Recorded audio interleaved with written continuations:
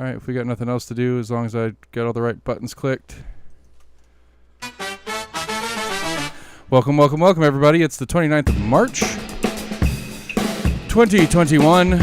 We are gearing up for a pretty significant city race, I suppose, as far as election stuff goes.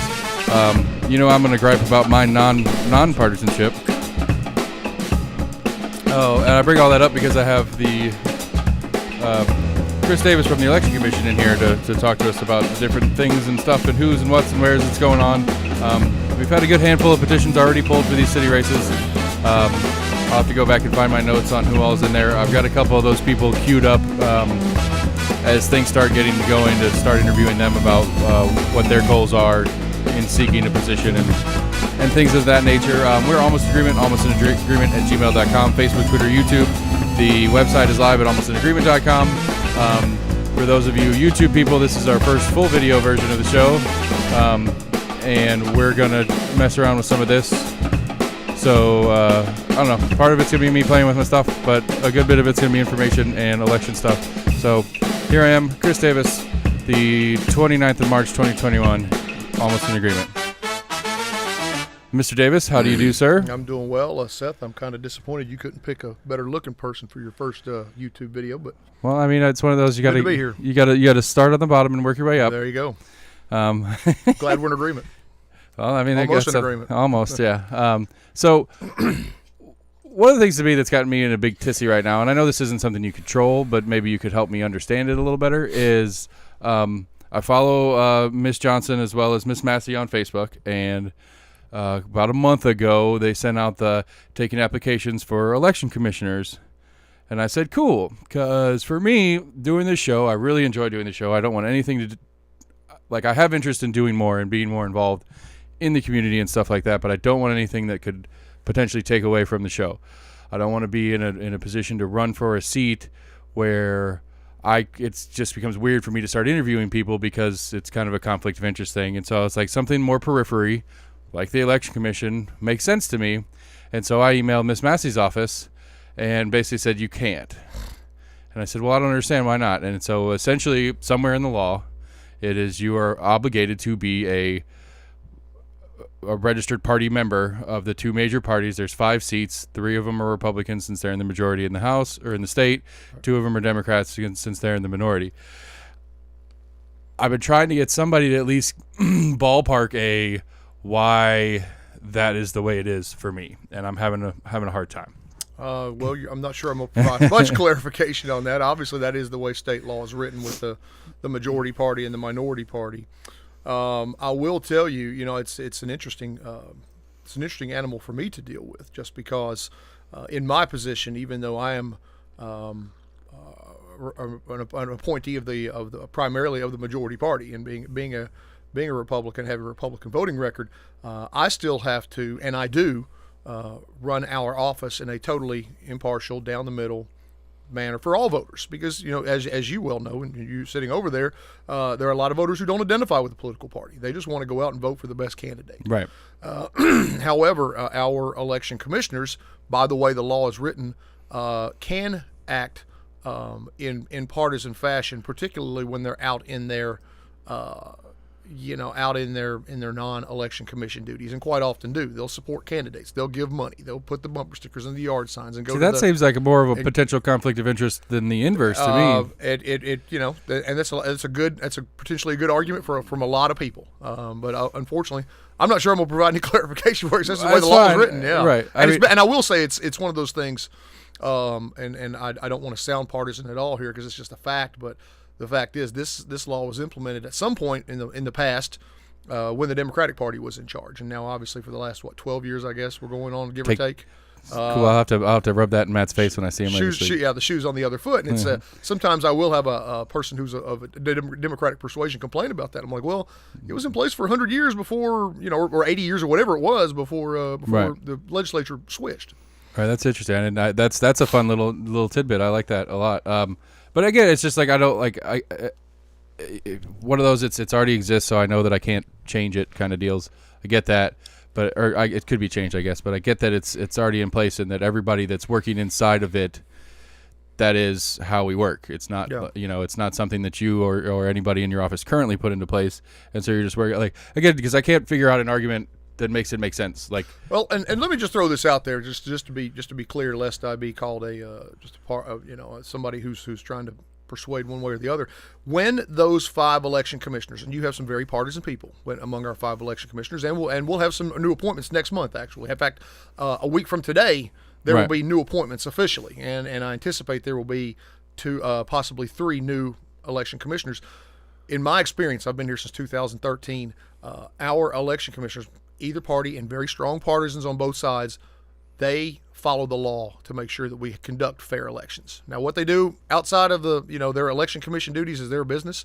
But I've been very fortunate to work with some good Democratic and Republican election commissioners. We're there ultimately to do a good job because we want to keep our reputation up as being down the middle and fair. Right, and that makes sense to me that that it is possible to act in the position without the partisan act. I mean, depending on what you're doing, there's not much partisan action you can make. Inside the election commission, you don't get to pick who gets to play. That's the parties and the petition process, and that's all stuff that's in stone. It makes sense that there's not a big sway on it. But again, like I said, for me, it's the inverse issue. Is that it's not that I have a particular want or desire to influence anything by being on the election commission. It's just like I feel like that's something that I could contribute to the community with, but because personally I don't want to be a part of a party, gotcha, I am therefore excluded. And it's like, well, that just seems kind of exclusionary and not very welcoming to the others of us that are out there. And so anyway, I just wanted to go through that since you obviously and did have a little bit more insight than I did on it. And so we're gearing up for city stuff. The petitions went out like 2-3 weeks ago. We've got 20 petitions. Started 1 week ago today. All right, we got about 20 already pulled. I believe 10 if memory serves, but unless there's maybe more than maybe. I don't know. I had it pulled up on my phone the other day, and like I said, I've got a couple of them. There's one guy that I know who's planning on it who didn't pull a petition yet, who I met that I'm working on stuff, and so it's somewhere in the deep recesses of my phone here, but it was a good number. The super interesting one to me, and again, you don't know the people per se, is the Cook father-son team from District 2. So for a city race, what's the word I'm looking for here? What are the qualifiers to run for city?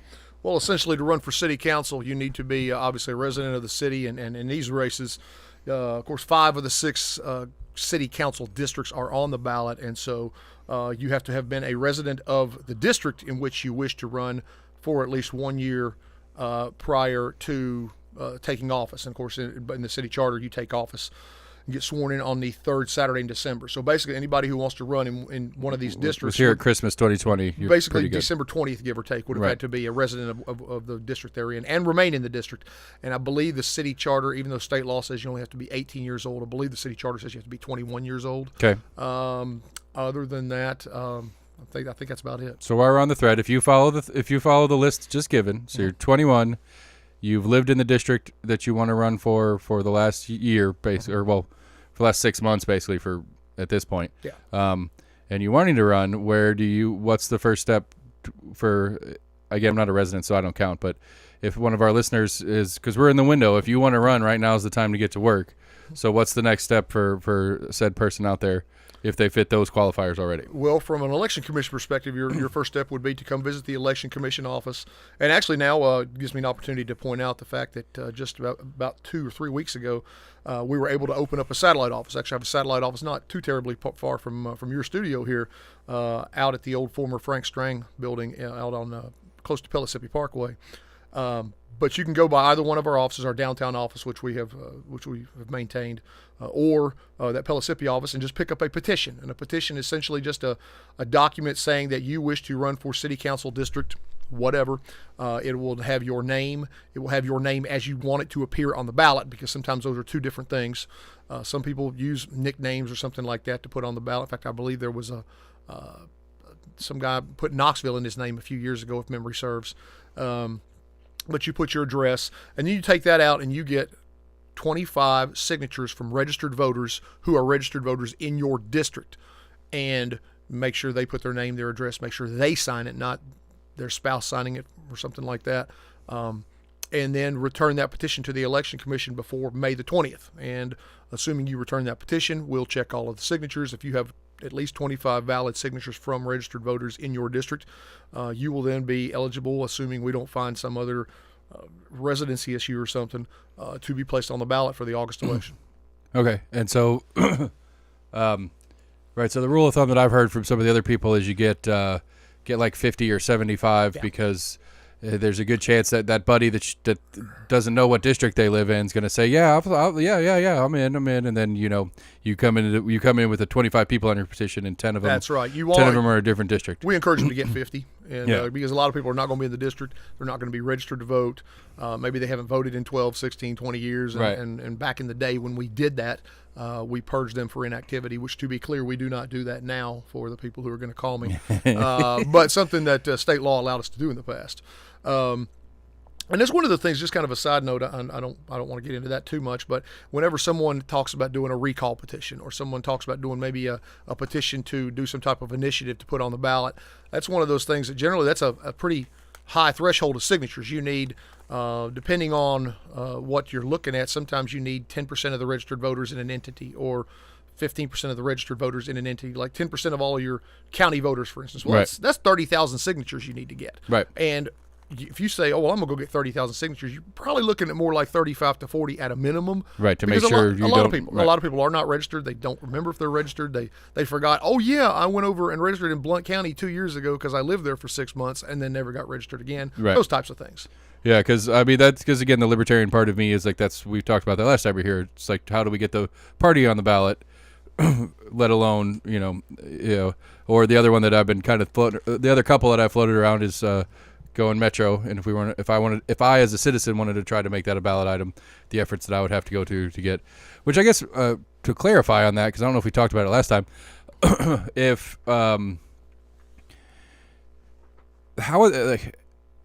because it would be if I was going to try to do it, go do a Metro, would it be just a county ballot because that would include city residents too, or would it have to be on a city ballot to accept the whatever, and on a county ballot to do the other side? I'd have to dig through that, truthfully. That's probably and truthfully, most likely, I would be calling in both law directors to get an opinion on that. Right. But the threshold, nonetheless, would be very, very high. Yeah. Well, okay. So on that though, let me think about this for a second. How to word this? If I were to approach you with that premise, like I want to do a ballot item.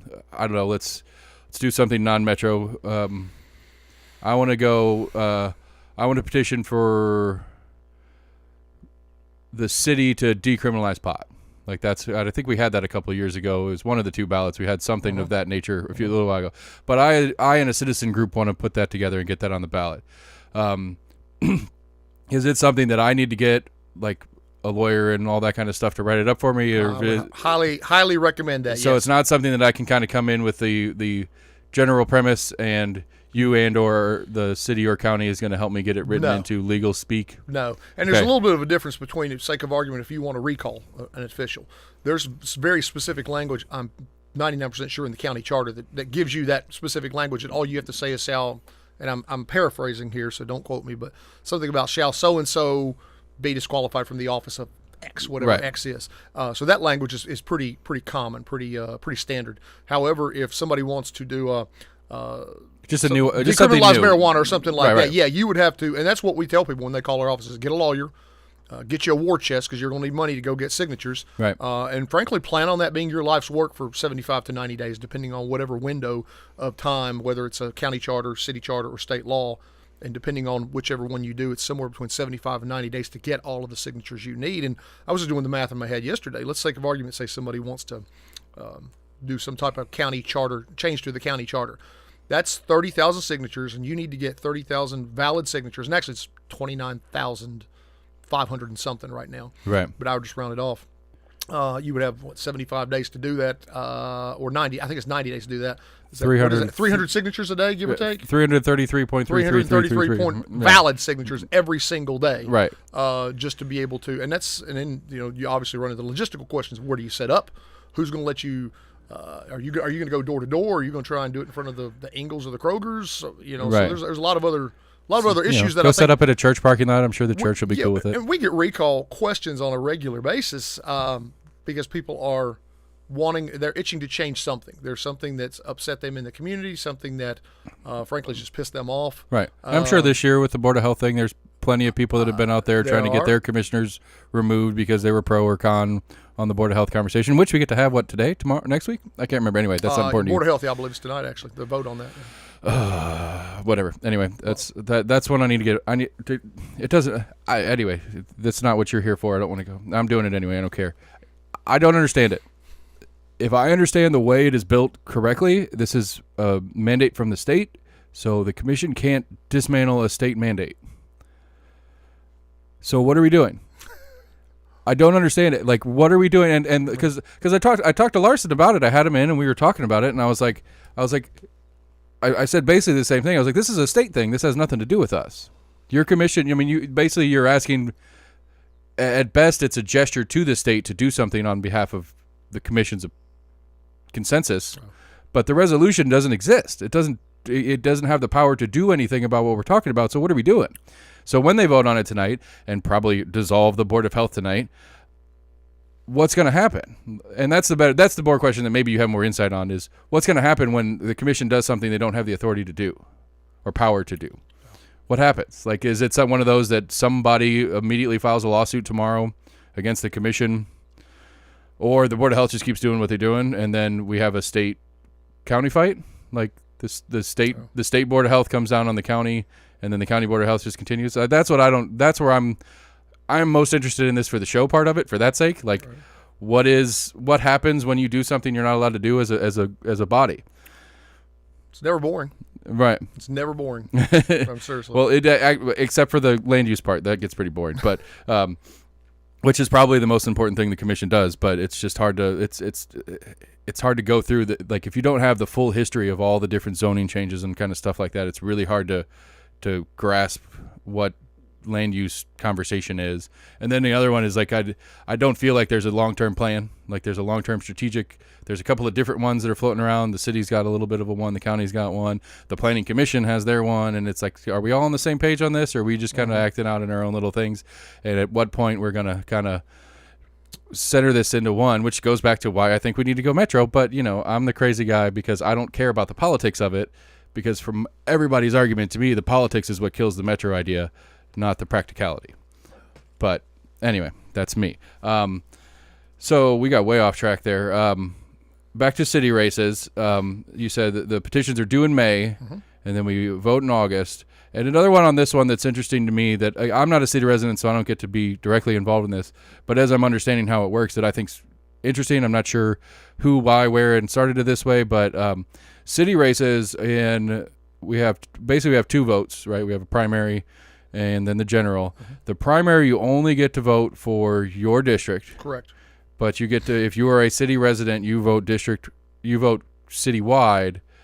So we'll have, you said 5 of the 6. So we'll have, you will have, each district will have their primary to get those districts down to 2 or 3. Is there a specific number? How's that work? 2, top 2. Basically, the way the city charter is written, in your primary, you only get to vote in your in your district, basically. Right. So there are, in this election, there will be very simple. It'll be 5 different ballots. We'll have ballot 1, 2, 3, 4, and 6.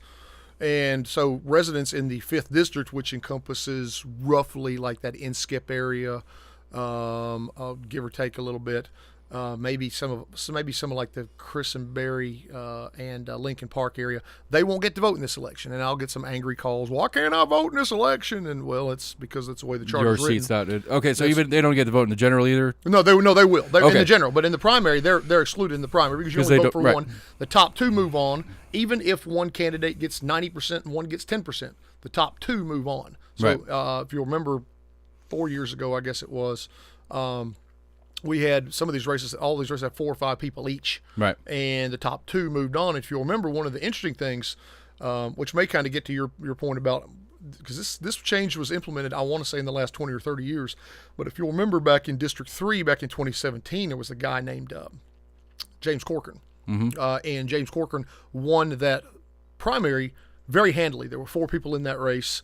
Seema Singh finished second, significantly behind James. Right. And to be fair, I don't remember, but that's quite all right. No, I think some of your listeners and/or viewers will remember that. Right. But Mr. Corcoran won pretty convincingly in a 4-way race, but the top 2 move on. Right. We went to a citywide, and in the citywide, Seema against James, Seema won that district. So the city voted her essentially into office, whereas the district, just with the district voting, and with the caveat, there weren't a whole lot of voters. Right. Which brings into the whole other issue of should city elections be in county years, and I certainly have a very strong opinion on that. But it's just one of those things that I know, and I've just heard scuttlebutt from 20 or 30 years ago, whenever it was, this was instituted into the city charter so that one district couldn't, and this is one old timers words. One district couldn't elect a radical to city council. You had to get that regular. You had the regular election, the general election, with the regulars, the city calls it in this charter, so that the whole city got to vote on the candidate for each district. Right. Yeah, and that's I'm not sure. Like, I get it both ways on this one. Like, I do. Like, because the county version of the inverse is you have a primary that's a partisan primary, and then the general is still just your district. Not I don't as a district 4, right? County Commission District 4, which I am. I got to vote for Kyle or Todd. I got to vote for. Sorry, let me back up. I got to vote for Kyle or Nystrom in that primary. Actually, that would have been Kyle or Royals. Royals, right. Nystrom was the one coming out, sorry. And then Kyle or Todd and whatever, but I didn't get to vote for Lundy or Durrett or whatever in the other ones, just because it's just a different format of it. And I get, like I said, I get it both ways. It kind of makes sense. Yeah. I think the commission one makes more sense to me just because it's like that is my representative for my district, but at the same time, all of them, once they're in, it's a whole county action. Yeah. They don't get to say, well, district, Kyle doesn't get to do a thing that's only for District 4. Yeah. He has to do things countywide. Well, and interestingly, one of the things where that really comes up, and we get a lot of complaints about it, is when you talk about school board, because the school board districts are not neatly drawn to where, for instance, I'll just use an example. You live here in District 4. Your schools would be, let's say, give argument, say you've got a kid who goes to Bearden High School or West High School. Right. I'm right between the two. And I don't really know exactly where the lines are, but sake of argument, let's say geographically you're closer to Bearden High School. Right. But let's sake of argument, say your district, your kid goes to West. Okay? I believe that is how it's set up. And if that's set up, then we'll get a lot of calls about, well, I didn't get to vote for the person who represents my school district. Right. But that's false because we get that all the time because, and of course our standard line is, and that's certainly their standard line, which they have parroted to me many, many times, is, well, you're voting, all 9 of these school board members represent every school in Knox County. So it's a little bit different in that respect. It's just the way the charter's written. Because it's the same, right? Because the the school board districts are the same as the county commission districts. Yes, that's correct. Like geographically, that's correct. It's the same, right? So, like, not that they have anything to do with each other, but for me, it's Virginia Babb and Kyle Ward are my two. But like in square mileage and lines drawn, they have the same lines that go around them as far as their direct constituency. But again, both of them, once elected, function for the whole county, not for their own district. And that's what they'll tell you. And we just get a lot of complaints because, well, my child goes to school in the 3rd district, but we live in the 4th district. I didn't get a chance to vote for the 3rd district county school board member. But Virginia, But Virginia Babb has just as much influence on decisions in Austin East on the other side of town as she does for West and Bearden High School, which are inside her district. Yep. And so that's, I get it. Like, it's like I get it both ways for sure. But it's I don't know. The school board's a whole separate thing. I've been trying to run down that rabbit hole of trying to understand the money, which is ridiculous. I've had Ron McPherson on twice, and I get about 15, 20 minutes in, and we start running numbers and trying to follow dollar bills, and then it just goes blank, and I'm like, I don't know what I'm talking about. Like, I don't know which direction's west anymore. It's just it's up Thursday something. Yeah. It gets pretty pretty tough pretty quick. In that thing. And so, again, back to city races because we keep coming off it, which is fine. I enjoy the wandering. So back in May, votes in August. This is one that's interesting to me because I took Randy Pace was on the show a couple times, and he actually announced to me that he was not seeking re-election for the position. And in announcing so, he invited me as a media person, whatever you want to call it, to come to their reorganization meeting. And I was like, sure, I'll try to make it.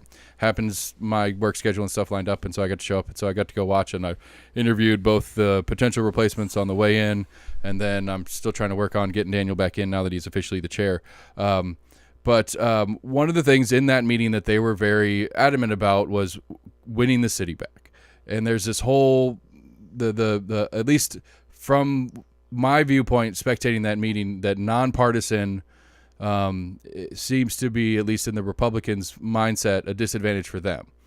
And I don't quite understand that part of it, and I don't know if that's my question or not, but like, how much is it still partisan even though it's technically a nonpartisan race? I mean, obviously we don't have the same version of primary because, like you said before, the city primary is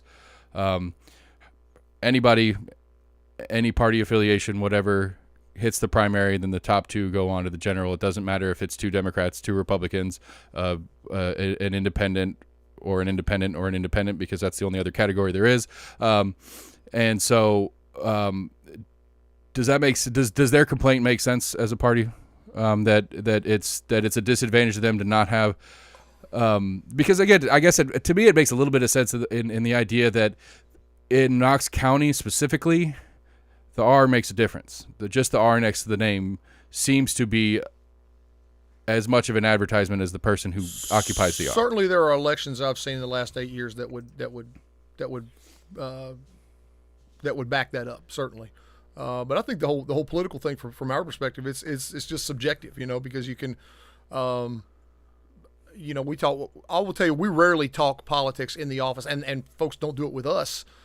From a city perspective, you can look at voting histories and how we spend money and those types of things, and I won't get into the partisan stuff, but certainly we see what you see, we hear what you hear, that there are Democrats and then there are socialists, and you can put whatever labels you want to put on folks, and then there are the conservative candidate.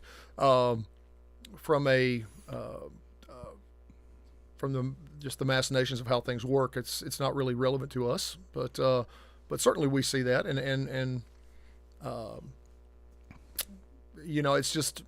it's not something that really affects our work per se, but I think the bigger issue to me, frankly, I think, is just the lack of turnout, period, and it's a right. And you hinted at it a second ago about whether we should change the scheduling. Yeah, and of course you hear arguments both ways, and I don't want to get off of your question too much, but there are pros and cons to the argument of, well, should we move city elections to county years? And if we did, we'd have to move it to an August or November, because obviously a city election, which is nonpartisan, couldn't be part of a primary election. So it'd have to be part of either a county general or a state and federal general. So an August or November even-numbered year election. And there's a number of arguments, but one of the biggest ones to me is, these folks are going to be out raising money this year, in theory, to run just for these city council seats. Right. And they're going to be the top name on the ballot, or one of those. It'll be a small ballot, so it's pretty manageable. This coming August of 22, we'll have over 60 races on the ballot. If you move those city races to a county ballot and you do it in an August election, instead of being first or second on the ballot, you'd be about 60th. Right. How many people are going to wait and go through all the? And I'm not advocating for or against. I think voters should do what they want to do, but I'm just being realistic. How many voters are going to go all the way down through 60 different things to get to a city council race? Right. I'm not sure turnout's going to be a whole lot better. You're going to need to raise more money, because you're going to not only competing against your other opponents, but you're also going to be competing against sheriff, mayor of Knox County, county commission, school board, trustee, whatever else is on the ballot. And it's just a challenge, frankly. And I'm not, and I think that the people who care vote in city elections, because you probably are just like I am. I consume media on a regular basis, just blogs, right? Local newspapers, local TV. You watch the Sunday morning shows. There seems to be a lot of interest in city elections. But when you start looking at the numbers and you figure out there's almost 100,000 voters in the city, and yet a good election is considered 25,000, where are these folks? Right. Because we're giving them every opportunity to get out and vote. And the whole argument, if we move to county elections, it'll be much, much better. Well, will it? Because my argument now is that the people who want to vote, we make voting easy with early I voting. Agree. And it's if the people who want to vote get out and vote. I'm not convinced that city residents or county residents, frankly, care as much about local elections. And I think a lot of it, just to be blunt, and this may upset some people, I think there's a lack of civics knowledge, a lack of knowledge, basic knowledge about government. I'm talking basic knowledge. I agree. What are the 3 branches of government? And it's people call us all the time just raising hell about something. And it's like, you understand that's the legislative body's duty to change if you don't like it. We just carry these things out as part of the executive branch. But and it's disheartening sometimes to see that there's a fairly significant segment, and just by numbers, of a community that just doesn't understand the basics of government. I agree. I 100% agree with you on that. And like one of my kind of like, I don't know, phrasing things that I've kind of stumbled upon and I've started using a lot in what I've discovered in doing it. And, there's a question on how it got to the way it is, but it is too damn complicated for normal people. Like, not the basics. The basics are easy. I can put a link to the Schoolhouse Rock song. Love those songs, by the way. Get you functional on the basics. Are you of an age to remember those? Yeah. Okay. I was on the very tail end when they stopped. I was a little young when the bill on Capitol Hill. Do you remember that one? Yeah. Hell yeah. It was on Disney Plus or Hulu or somebody. Had them for a little while, and I spent I went through all of them because we were arguing.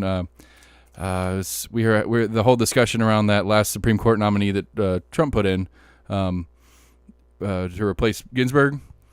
And so I went. Amy Coney Barrett. Yeah, is that right? Okay. And I went on the I went on the Hulu or whatever, and I was finding one of the Supreme Court ones. So I was like, okay.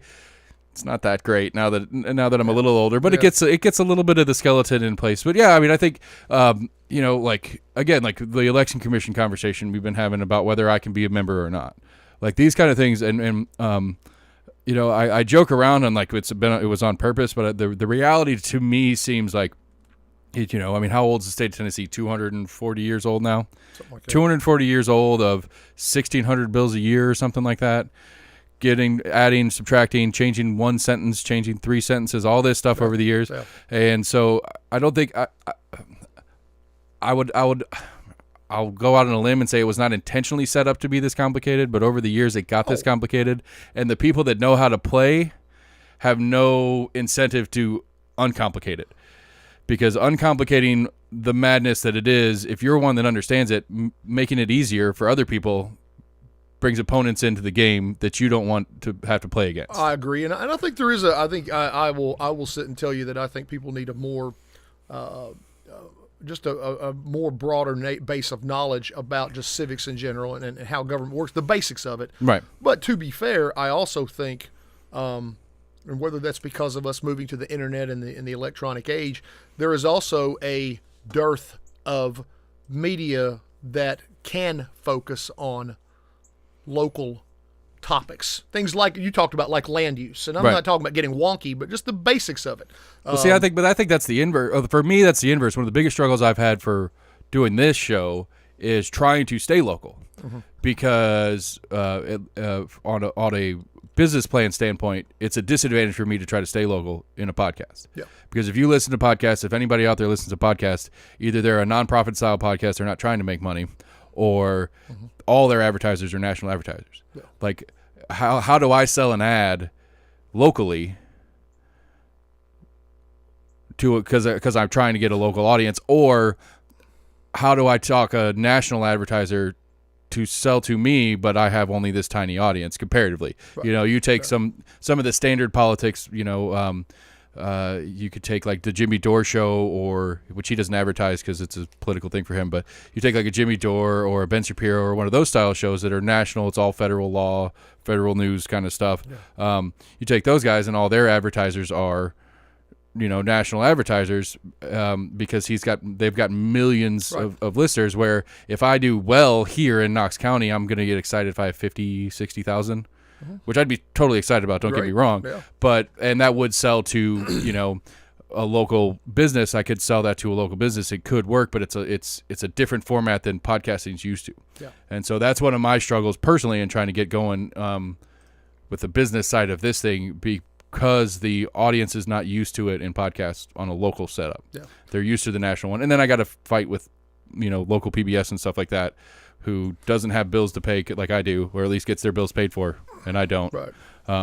And they can do it way cheaper than I can. So for me to try to sell it, it's a different animal. But I think tying back into that, the lack of local coverage, and I appreciate a podcast that does that, or a blog that does that, or a news subscription service, which I won't advertise for. I will. I like Compass. I'm a subscriber. I'll just use them as an example that focuses on local news, because even on maybe a Sunday morning talk show, I'm seeing a U.S. senator, and that's great. And I'm certainly not denigrating that at all. But I would much rather have more episodes from my county commissioners, from my city council folks. The newspaper, the same way, that it's a local newspaper. It should be what's going on in my local community. I'm with no disrespect meant to any topic.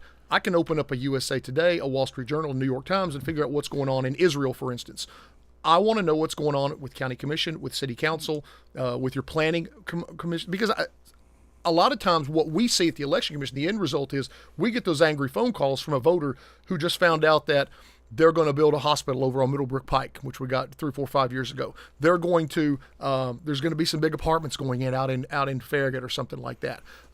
We just found out that they're going to zone this property X, whatever X is. Right. And people don't get upset until they hear about something, because they don't have time to necessarily focus on local things. And if local things aren't focused on in the media until either some editor or some other gatekeeper has an epiphany, or there's some type of flashpoint where, like tonight, for instance, that'll probably get a lot of coverage with the Board of Health. And let me be very clear, I'm not editorializing about anything I'm saying here. It's just that we get these calls, and the fact is, a very high percentage of voters don't pay attention to this stuff, because we all have lives and jobs and families and all that stuff. Right, guys. And again, going to the weird complications that the way things are is like you drive down the road or whatever, and you see that plan use sign in the front of a property has all sorts of code letters on it. I don't know what that means. No. And where, unless there is somebody, one of my neighbors who is further interested, my commissioner or something like that, who is making it a point to explain that to me, like a news source, to say, hey, this property down the road in this, I'm commissioned for, or District 4 or whatever, District 4, this is stuff that is planned use change, and this is what they're talking about. Unless somebody is doing that for you, or you're taking the effort to do it yourself, nobody knows what that sign means. Nobody knows what this RSL 217, whatever, it's like I don't know. I have beer permits for my business or whatever. It's like, we got to stick that thing in the window for 2 weeks. There's that, that beer permit review sticker in the window. I've never heard of anybody except for like one, and that was a long time ago. It wasn't one of mine, but like I've been to, I don't know how many beer board meetings, because that's part of the process. And I've never, to my knowledge, I've only had one time where one person came in and objected to the beer board change, or the beer board allowing it, kind of thing. So a stretch of the same conversation is like, I don't know what's going on, and so it just goes on. Yeah. Instead of and then once the shovel's in the ground, they're like, what are they building over there? A what? That's not cool. Well, it's too late now. The shovel's in the ground. They're doing the work. The approval's been made, and so on and forth. Because and it's weird, because you like, especially with land use stuff, you've got to consider the periphery impacts. It's not about the piece of land itself. It's how many people are there, and then how many people are now on the street. How many new kids are going into the school that your kids are going to. Those are the conversations. How's traffic impacted? Right. Yeah. Absolutely. How much sewage can handle and all that kind of stuff, which is above, again, gets really complicated. Infrastructure and then issues, right, yes, absolutely. People quickly check out when it gets to talking about poo water and stuff like that. But it's become fascinating to me, and I totally agree with you. That's kind of why I felt like I had the ability to go where we're going. Is that the News Sentinel is a USA Today with like 2 articles that are local, and then it's just a copy of the USA Today that sits right next to it on the thing. So, my page 1 is the only real difference between the two, and then the sports section. That's about it as far as I've seen. The Compass is great, and there's a couple of other like small time news outlets that are trying to compete with it, but the TV news is terrible. I mean, in a 30-minute news cycle, I'm allowed to editorialize. I know you're trying not to. I love them all. Love all of you guys. In a TV news cycle, you'll have a 30-minute TV show. 9 minutes of it are commercials. 7 minutes of it are weather. 3 minutes of it is sport. We got 12 minutes left, and 10 of that's national news. Yeah, I think sometimes my frustration comes from the fact that because I basically just because I'm so immersed in my job, I know a lot about county government, city government, and how things work, at least on a very basic level. Right. And I get frustrated that other folks don't do this. But the fact of the matter is I take the time to go out and seek and find information that's relevant to me. And a lot of people, we just to be fair, we don't have the time to do that. And so we do count on local media sources to provide us with some baseline knowledge of what's going on in my community. Right. I agree. I agree. That's one of those things that we talk about all the time. We talk about it with everybody. There is a complete lack of engagement, and it goes back to the complication thing. We're all busy. We got other stuff going on, and then there's no source.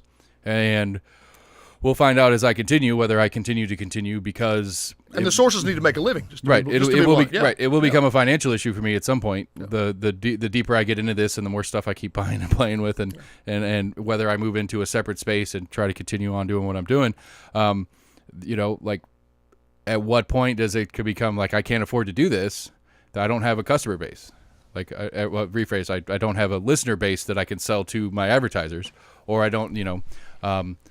I've talked to the guys from Compass about it, and they've given me some rough numbers and whatnot, and they have two individuals. Then they, as I understand it, they barely between the two of them, if they didn't have spouses working, they couldn't do it because the model they use is a subscription service, which I get, because then there's no question of advertisers trying to manipulate or anything like that. They can do what they want to do, how they want to do it, and there's no questions. And I'm totally behind that. But I mean, it's like, you said it, I've said it, everybody I've talked to said it. It's probably the best keeping up with local issues that we have.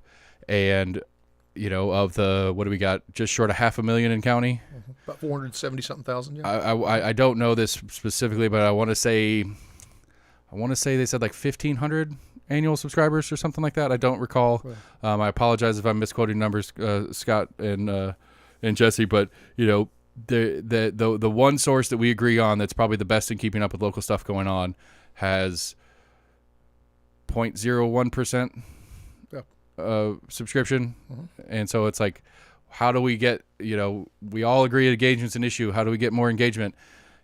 I don't know. That's one of the struggles I have. And again, because I'd say for a lot of people, they get stuck. They go, all right, I'm in. I want to do this. I want to follow what's going on. And now I'm confused. I quit. I think that's the general the general consensus. Because like again, we talked about it for a second earlier. The Board of Health thing. This has been such a huge hot button issue. It's going to be a huge night tonight. You're probably correct. There's going to have as many people. Are they doing it in person? Did they announce it? They're back in person. They're back in person. Yeah. So there's going to be a line out the door. Because I ended up going to one of the meetings at the beginning of this whole debacle and sat there for 7 hours on the public forum section of it, which I was not there for. I got there at 5, and I think I left at 11:30. Wow. We got this. It's going to have huge attention, and at least a couple of commissioners have made the point this is not in our purview. And as far as I could tell, the media hasn't translated that part at all. As far as I can tell, nobody's saying, hey, they're voting on this pointlessly. Like if it's honestly, like for me, like I go back and forth. I want to start shitting on the commission for their decision to move forward with something they can't do and be like, hey, you guys can't do this. Stop.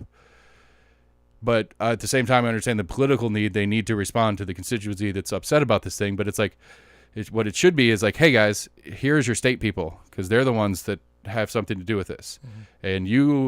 And a couple hundred people that are lining up at the city county building tonight need to be in Nashville, not in downtown Knoxville. Because if you want change on this, it happens in Nashville.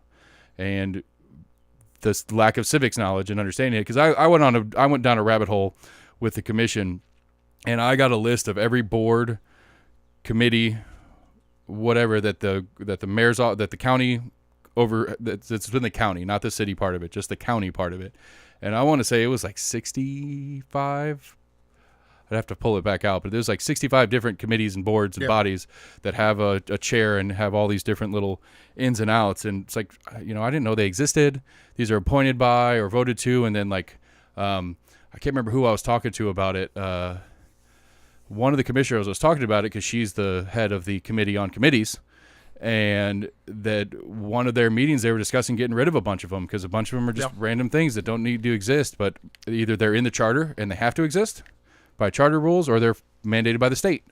and they have to exist by state rules. And so, like, all the, at least in her opinion at the time, all the ones that exist that she and the committee on committees agree has value to the county are the ones that they don't want to get rid of, and those are the ones that they could actually do something with, where all the other ones that they want to get rid of or they think they need to change or combine or something like that are either statute or on the charter, which makes it an election issue, because if it's a charter amendment, we have to vote on it or something like that. Yep. Like the law director thing we did last year. And so it's, again, the complication and trying to get involved with it and trying to understand it. Like, I totally respect people that get lost and give up. Oh yeah, absolutely. And I think for me, if this part wasn't so much fun, I probably would have done it. I probably would have given up too.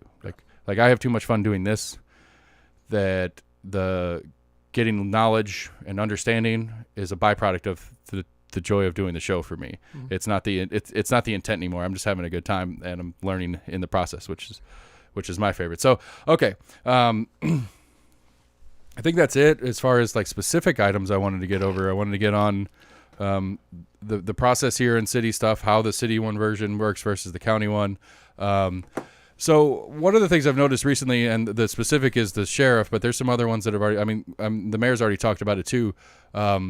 When does the official campaign cycle start for the 22 election? Well, depending on who you talk to, it's already started unofficially. Well, at least the petition process and that. Yeah, the first day to pick up petitions for all your county races that'll be on the ballot in 2022 will be December the 20th, which is the Monday before Christmas this year. Okay. And then they'll have to be returned by sometime in whatever that third Thursday in February is.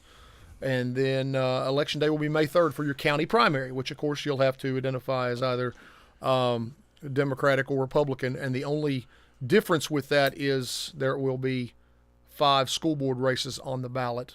And those, if you go in and you say, well, I don't want to vote in a Democratic or Republican primary, then if your school board race is on the ballot, then you get to vote in that. Okay, so let me make sure I'm hearing you right. Yep. So the school board part is on the primary, and then the general does not include the general's also on there as well. Yes. So there's basically it's like a runoff election for the school board as well. Top 2 move on. Okay. Unless with the school board in May, let's sake of argument, say 3 people run in school board district. Let's see, 1, 4, 6, 7, and 9. You're in 4. Okay, 4. So school board district 4, I think, is on the. In fact, I'm pretty sure it's on the ballot next year. So who's on your school board? Is that Virginia Babb? Is that her? Okay. Sake of argument, Virginia Babb wants to run again. She'd pick up December the 20th, or sometime thereafter. Let's sake of argument, say she has 2 opponents. This is total sake of argument for you folks at home. Right, because she indicated to me that it's that she's not sure, but it was way off. She gave me it's way off in the future, but I don't know if I want to do this again. Well, and this was last year, so yeah, I will editorialize for just a second and say some of these offices I don't know why anybody would run for them. They're just so there's so much work and so many angry constituents. But back on the topic, sake of argument, if she has 2 opponents, there'll be 3 people. You go in and you don't want to vote in a primary, you would still get that race. You would then vote in that race, and the top 2 would move on if at least one of those candidates did not get at least 50%. Right, because for me, the Commission District 4 will not be on that ballot. That is correct. And so I would my ballot would be a mayor primary, a sheriff primary, and some of that other stuff. You'd have a lot. If I picked up the Republican ballot. That's right. You'd have 2 at-large county commission seats to vote for. Okay, both the at-larges are up. Both the at-larges are up. You'd have a ton of fee offices and a ton of judges. So you're going to have a huge 2022 ballot. Okay. Yeah. But for me, is on this part of the conversation though, is that it will include. So I guess the better version would be like if you're District 2, your school board's not going to be on there. So that's correct. Yeah. School board or your county commission won't be on there. Right. I just confused myself. Let me flip back over. So I'm in District 4. Mm-hmm.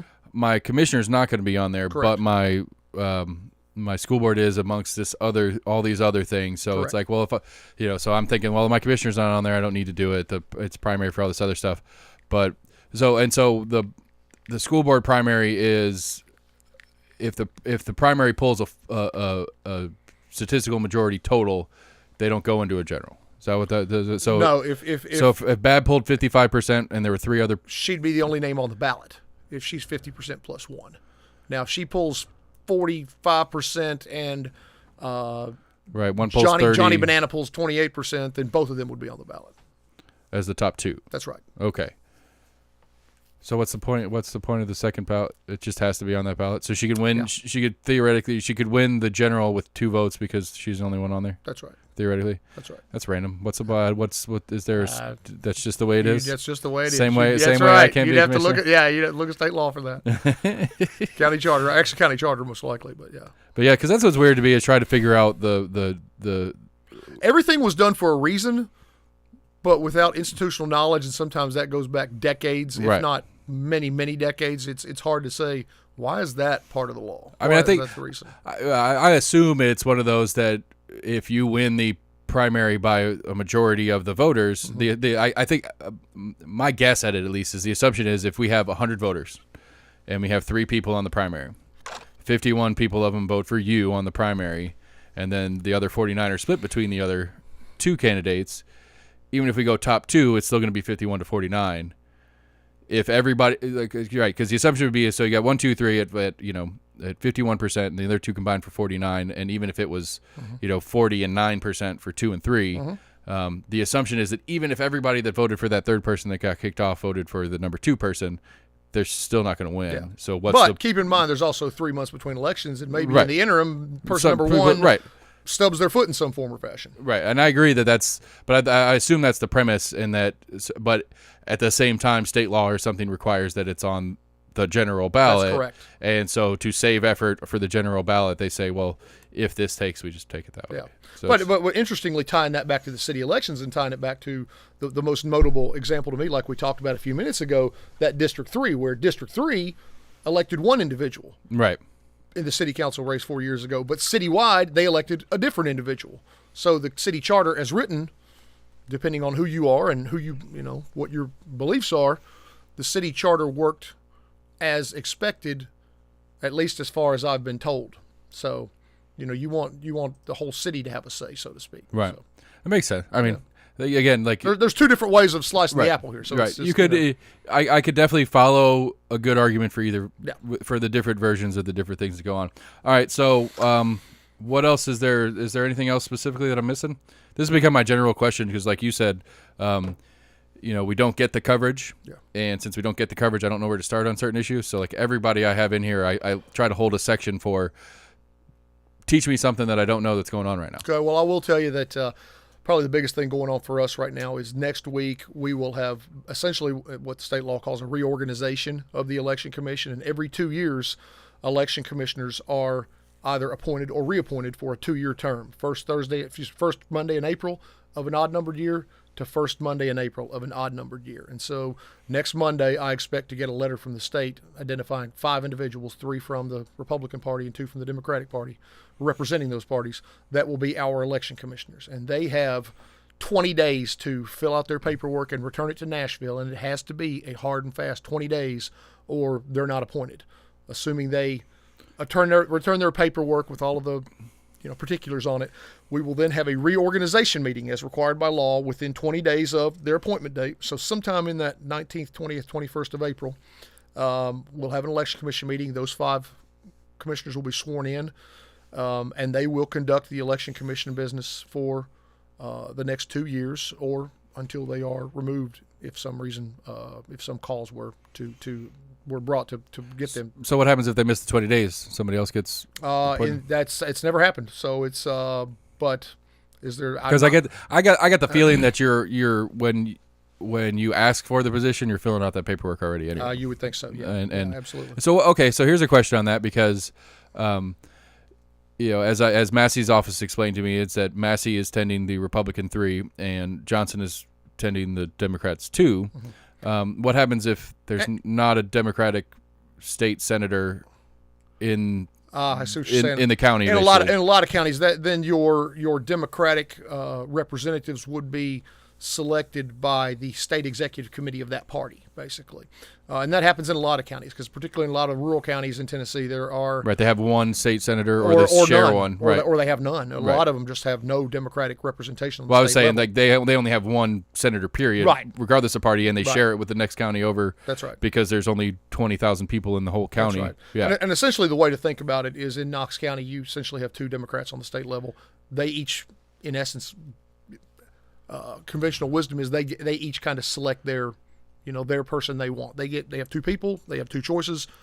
Gloria gets one. Sam gets one. Right. The Republicans, on the other hand, we have what do we have? We have 5 state representatives and 3 state senators. So Right. that's 8. Those 8 combined get the other 3, and so Right. they have to work together to do that. And essentially, what they do is they make their recommendations to the state election commission. State election commission technically appoints the county election commissioners, but for all practical purposes, essentially those names move on. Right. So, and again, I don't know that you would know this because it's something you probably haven't dealt with. So let's say my friends in the state Libertarian Party managed to get the party on the ballot, and we get, again, let's say I run for Senate seat 6, Okay.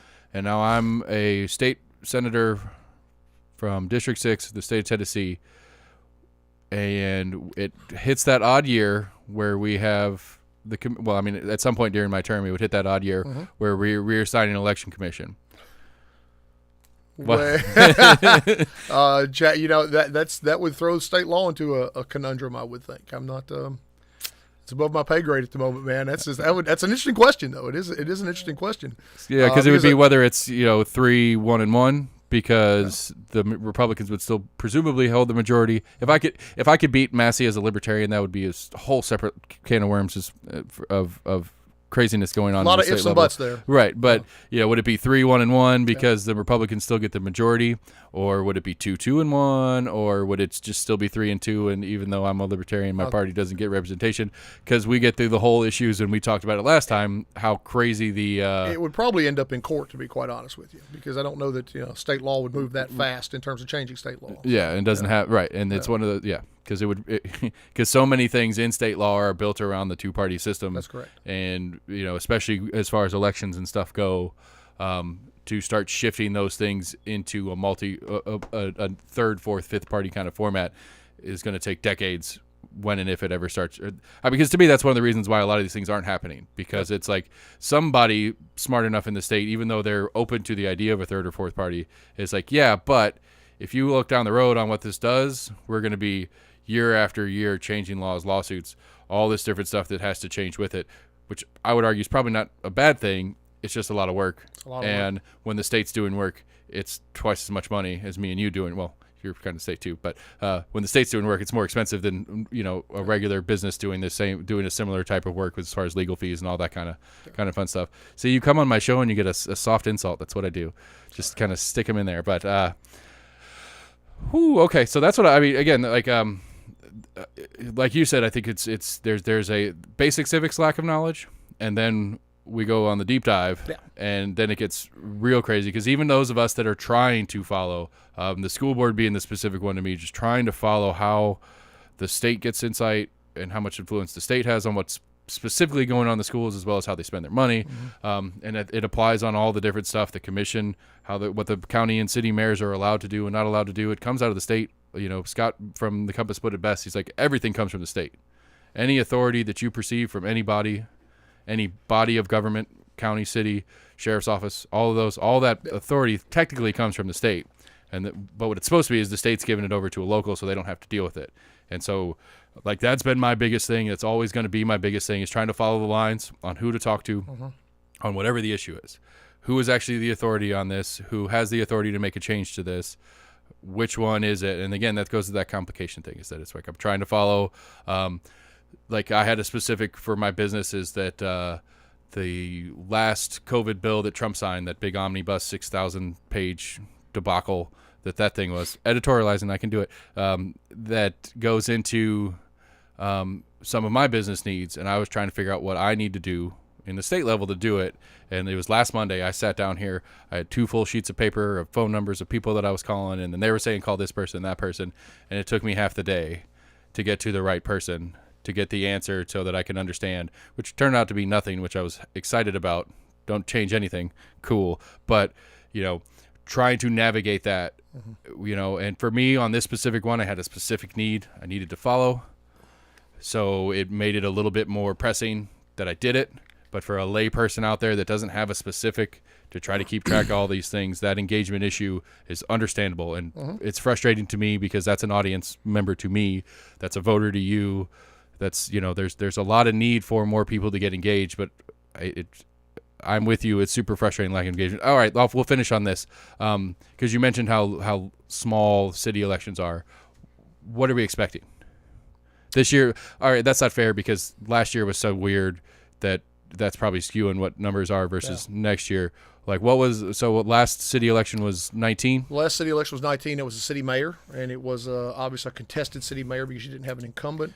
Right. It had 25,000 and change, give or take. And, of course, it's one of those things that sounds good to me because we've had elections since I've been here where we had one city primary. It was in 2013. I think there were less than 2,000 voters. Less than 2,000 voters. And we opened up early voting for that.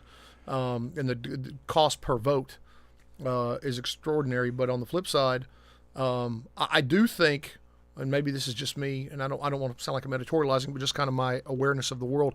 I think city politics and city government is probably more at the forefront of people's thoughts than it was 8 years ago. Right. Whether that's because of, a lot of the administration's policies, choices, the way the budget's working.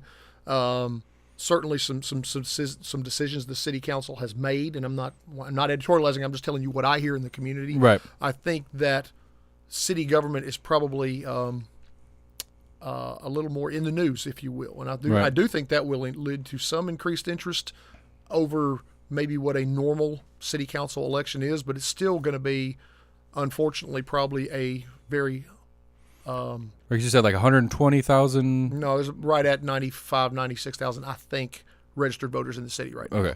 Okay, but like the population's 180, 170, something like that. Yeah. So 50% are registered, and 30% of that is a good election year. Oh, 30%, that'd be a great election year, actually. Yeah, 25,000 out of 95,000 is not even a third. I'm not great at, that's 20, what I was trying 26, to do. 27%, something like that, whatever that is. That's what I was trying to do in my head at the same time. So we're talking of just under 200,000. So, I mean, just over 10% is normal, is what I'm hearing. That's about right. Yeah. That's awful. Yeah. I mean, if you get to 10, 11, 12,000 in a primary, that'd be a decent primary for us. But once again, it's one of those: do you want to engage? Does it affect you? Right. Well, how does it affect you? And like you said, I think it's a valid conversation to have. Is it better to do it by itself on the odd years because it doesn't get buried under all the other stuff going on? Mm-hmm. But it's also like, I voted last year. Why am I voting this year? Yeah. Like, because again, you said it when you were here before, and I think it's normal across the board. Is that you get a presidential year, especially like the one we had last year. Mm-hmm. Turnout is significantly higher than it is for. But that's in large part because that's what we see in the media. You don't even have to work when you pick up your phone absolutely. To learn about Trump and Biden and so. Right. I get so frustrated when we're here talking, especially with my co-host group when we do that version of the show. Is like I try to stay local and like 15, 20 minutes in the show. Like we were talking about that stupid boat in the Suez Canal for half the show this week, just because. Like there's certain national news, international news issues that you can't not see. That's right. Like it's impossible to go through a day without going, oh, well, this is what Biden did today. Well, Biden's a little easier because he's a little quieter. But, when Trump was in office, you could not breathe without getting something going on, federally speaking. But it continues with McConnell's and Pelosi's and all that debacle. And I hate that. It drives me crazy. And I agree with you. But you look at the flip side of that. If you pay attention to local news at all, even on a tangential level, you've heard about, and I'm, once again, not editorializing here, but you've heard about the prospect of a local ballpark being built. Right. But still, every day I talk to folks in Knoxville, and they're like, I didn't know we were talking about building a local ballpark. Right. And I'm like, I've gotten and I'm wondering where are you at that you don't even you've not even heard about it. Right. Well, because I think part of it is I think people I think the local news channel is dying. You could see it, like, to me, I can't remember who said it, but like if you look at the advertiser, you can tell who they have left. And you go to especially you go right now because we're at it's 9, 10 o'clock in the morning. You go right now and turn on the WBIR or whatever, and it's like Metamucil. It's Depends. It's always like the USA, like one of those. And I'm not too far away from here. Right. So I told you come on my show and you get soft insults. That's what I do. Exactly, but you go say and so it's like it's like Medicare supplement insurance. Those are all the advertisers. So like what? Again, like I said, I don't remember who said it, but it's a really interesting thought. Like if you pay attention to who the advertisers are, and you're seeing who they have left, especially with what I would argue is dying media, like regular broadcast channel media it's dying media, not to me, but to But I wonder, too, if- instant click and go. I wonder if I'm so ingrained in I get up every morning and I'm looking at 4 or 5 different websites and I'm checking out this and I'm checking out that just because I want to see what could possibly be affecting me and my job and me as a citizen. And I wonder how many folks do that, just the basics of it. Because I will tell you, I see something, if not every day, then every other day, something about, and I'm just using that as an example, right, yeah, the prospect of a local ballpark being built. And it still amazes me. How can you not have even heard about the possibility of this? And no matter what your opinion is. Right, but and on top of that, one of the things I've had in conversation, because I had Mammoth and the city and county, Chris Caldwell and finance guys, yeah. Yeah, and the lady from the city that I blanked out. Susan Janot. No. No? Anyway, it doesn't unimportant. I had them in here. We had the conversation about it, and all I'm going is deeper into how much is this going to cost, how are we going to pay for this, that kind of stuff, and then having conversations with people that know it exists and know nothing more than it's happening. Like I've had plenty of people I've talked to about it where it's like, yeah, they're going to build it down there in the old city. They're going to. Yeah. It's going to happen. They may have a inkling of the idea that it might have a little bit of county city money help building it, but for the most part it says, yeah, the Smokies are building the baseball stadium downtown. It's like, no, the Smokies aren't. Yeah. That's what the conversation is. It's not that the Smokies are building anything. It's that Randy Boyd's building a bunch of commercial buildings that he's going to make a ton of money off of around the baseball stadium that we build. That's the conversation we're having right now, and they're like, no, it'd be cool to have baseball downtown. Yes, it would be very cool to have baseball downtown, but that's not the conversation that needs to be had. But I digress. You're not here to editorialize. I am. That's all. Like I said, like there's. I'm 100%. Me and you are on the same page as far as of how frustrating it can be to try to get people engaged, to get people to pay at least a tiny bit of attention, and then leap forward. And again, I understand it, and I don't know. That's my sales pitch for the show. Like, how do I get people to listen to my show? Mm-hmm. Because I'm hoping that my show is providing some further level of engagement than an more easily accessed level of engagement than some of the other stuff that's going on. Yeah. And so, yeah, when you figure it out, let me know, because I need that for my sales pitch. I will, absolutely. But that's all I got. I can't thank you enough for coming on the show. I'm going to do a little outro and turn the camera off so we can talk afterwards. Almost in agreement, everybody. Our first full stream video show with Mr. Chris Davis from the Election Commission. We're Almost in Agreement at gmail.com, Facebook, Twitter, YouTube. The website is live at almostagreement.com. All the current episodes are on. I'm working the backlog. I have Sheriff Spangler on the docket for next week. We're going to do a regular show over the weekend. I've got Matt Shears coming this weekend as well. That's all I have on the schedule so far. At some point today, I will print off those who have pulled petitions already for city races, and I'll start scheduling all those guys. I do have a couple already talking about May, but we'll get those in as they get in. Hit us up, shoot us an email, comment, something like that. If you have a question, if you have somebody that you've heard about that you need some more coverage on, I'm happy to use the contacts I've made to try to find out more information on a certain subject. But we're almost in agreement, and have a great day.